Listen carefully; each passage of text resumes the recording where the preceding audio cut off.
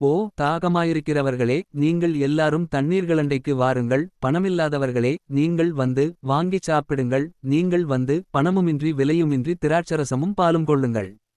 நீங்கள் அப்பமல்லாததற்காக பணத்தையும் திருப்பி செய்யாத பொருளுக்காக உங்கள் பிரயாசத்தையும் செலவழிப்பானேன். நீங்கள் எனக்கு கவனமாய் செவிகொடுத்து நலமானதை சாப்பிடுங்கள். அப்பொழுது உங்கள் ஆத்துமா கொழுப்பான பதார்த்தத்தினால் மகிழ்ச்சியாகும். உங்கள் செவியைச் சாய்த்து என்னிடத்தில் வாருங்கள், கேளுங்கள். அப்பொழுது உங்கள் ஆத்துமா பிழைக்கும். தாவீதுக்கு அருளின நிச்சயமான கிருபைகளை உங்களுக்கு நித்திய உடன்படிக்கையாக ஏற்படுத்துவேன். இதோ அவரை ஜனக்கூட்டங்களுக்குச் சாட்சியாகவும் ஜனங்களுக்கு தலைவராகவும் அதிபதியாகவும் ஏற்படுத்தினேன்.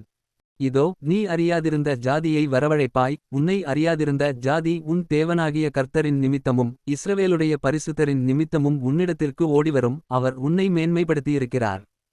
கர்த்தரை கண்டடையத்தக்க சமயத்தில் அவரை தேடுங்கள். அவர் சமீபமாயிருக்கையில் அவரை நோக்கிக் கூப்பிடுங்கள். துன்மார்க்கன் தன் வழியையும் அக்கிரமக்காரன் தன் நினைவுகளையும் விட்டு கர்த்தரிடத்தில் திரும்பக்கடவன். அவர் அவன்மேல் மனதுருகுவார். நம்முடைய தேவனிடத்திற்கே திரும்பக்கடவன். அவர் மன்னிக்கிறதற்கு தயை பெருத்திருக்கிறார்.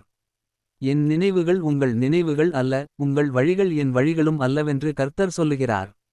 பூமியைப் பார்க்கிலும் வானங்கள் எப்படி உயர்ந்திருக்கிறதோ அப்படியே உங்கள் வழிகளைப் பார்க்கிலும் என் வழிகளும் உங்கள் நினைவுகளைப் பார்க்கிலும் என் நினைவுகளும் உயர்ந்திருக்கிறது.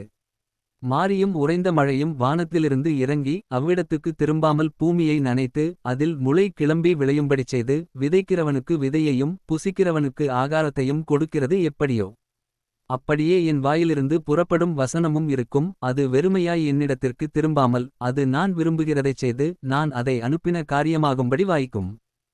நீங்கள் மகிழ்ச்சியாய்ப் புறப்பட்டு சமாதானமாய் கொண்டு போகப்படுவீர்கள். பர்வதங்களும் மலைகளும் உங்களுக்கு முன்பாக கெம்பீரமாய் முழங்கி வெளியின் மரங்களெல்லாம் கைகொட்டும். முட்செடிக்கு பதிலாக தேவதாரு விருட்சம் முளைக்கும். காஞ்சொரிக்கு பதிலாக மிருதுச்செடி எழும்பும். அது கர்த்தருக்கு கீர்த்தியாகவும் நிர்மூலமாகாத நித்திய அடையாளமாகவும் இருக்கும்.